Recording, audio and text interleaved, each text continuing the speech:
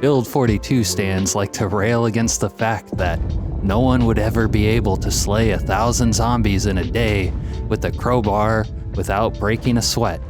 And I suppose that's true.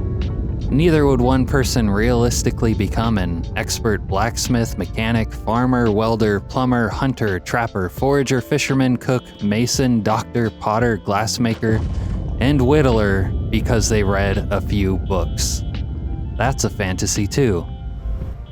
Hey guys, it's been a while since I dropped some heat on the Build 42 commentary front, so I thought I'd reintroduce myself. With patch 42.4, Build 42 stands have scored a massive victory against the critics of Build 42. There's been a lot of griping about the general tediousness of Build 42 and a lot of, let's say, conversations about it, but the Build 42 stands claim to like Build 42 balance. They say it breathes new life into the game, and they say you're really not supposed to be a zombie slayer come Jesus in Project Zomboid. They tell you to go play Left 4 Dead 2 if that's what you're looking for. And the Indie Stone has seemed to agree with them, doubling down on the tediousness of the new Project Zomboid with aggressive gameplay balances in Build 42.4. Stone Axes got nerfed, which is a massive slap to the face for all the wilderness willies out there. And then there is, of course, a craftable axe further down the crafting tree that is excellent for chopping down trees, but who can get there? Wow. Crafting trees have also generally been made slower with changes like crafting scrap metal swords now requiring welding level 8.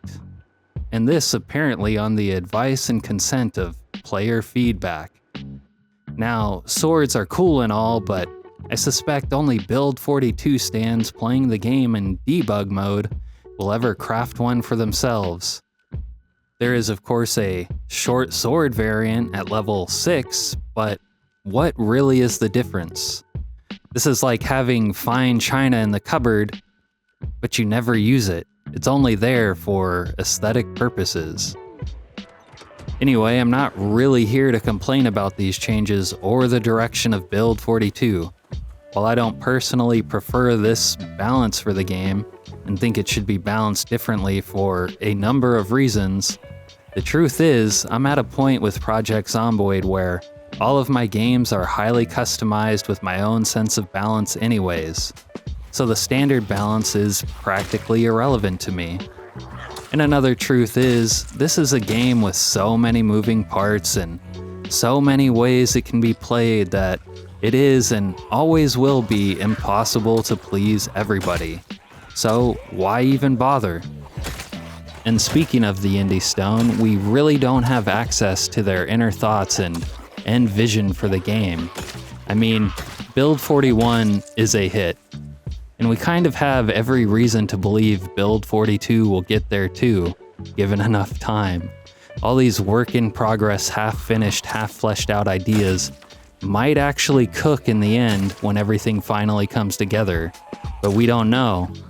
And it's a bit of a meme to say, yeah, this'll be a great game when it is finished in 20 years and we're all living on Mars with Elon Net in our heads. But the critics have a point. The game being good in 20 years really doesn't matter. We won't be playing it in 20 years. I have no certainty about what I'll be doing in 20 years. Maybe World War III is gonna break out. Maybe I'll be playing the 10-cent version of Project Zomboid 3 on virtual reality.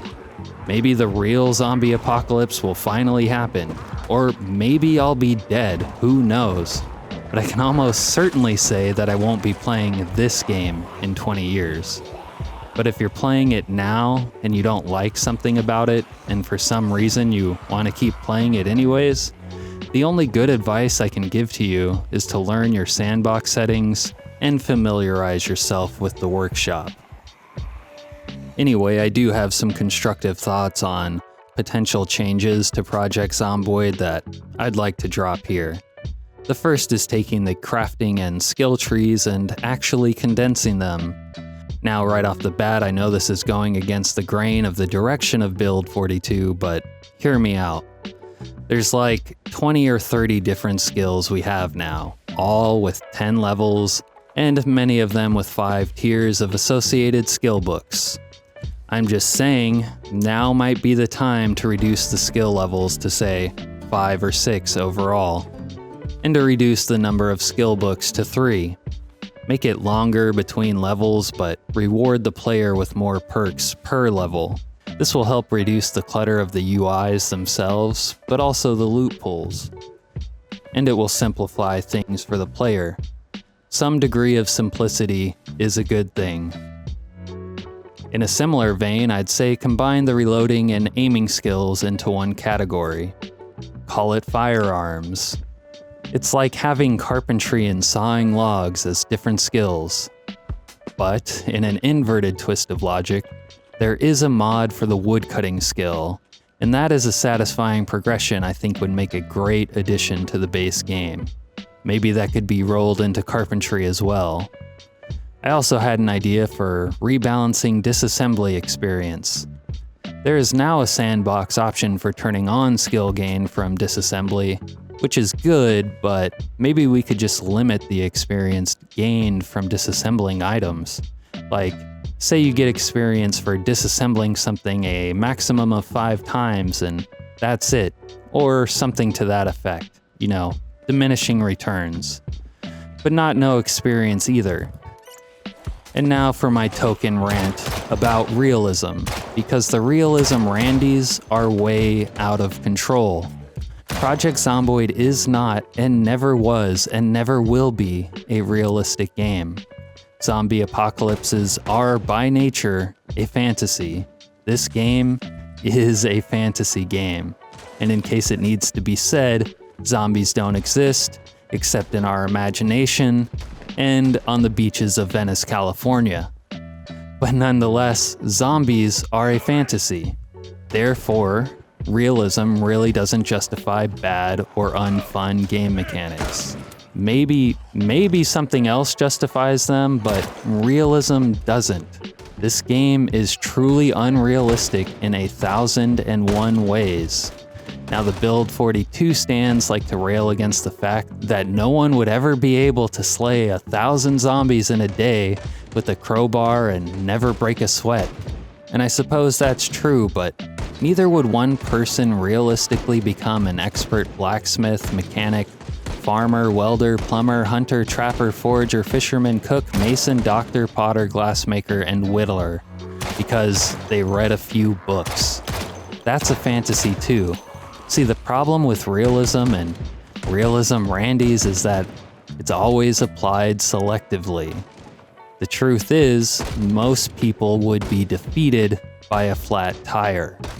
And I'm sure 90% of people, even armed with all of the magazines in the world, would never figure out how to trap animals.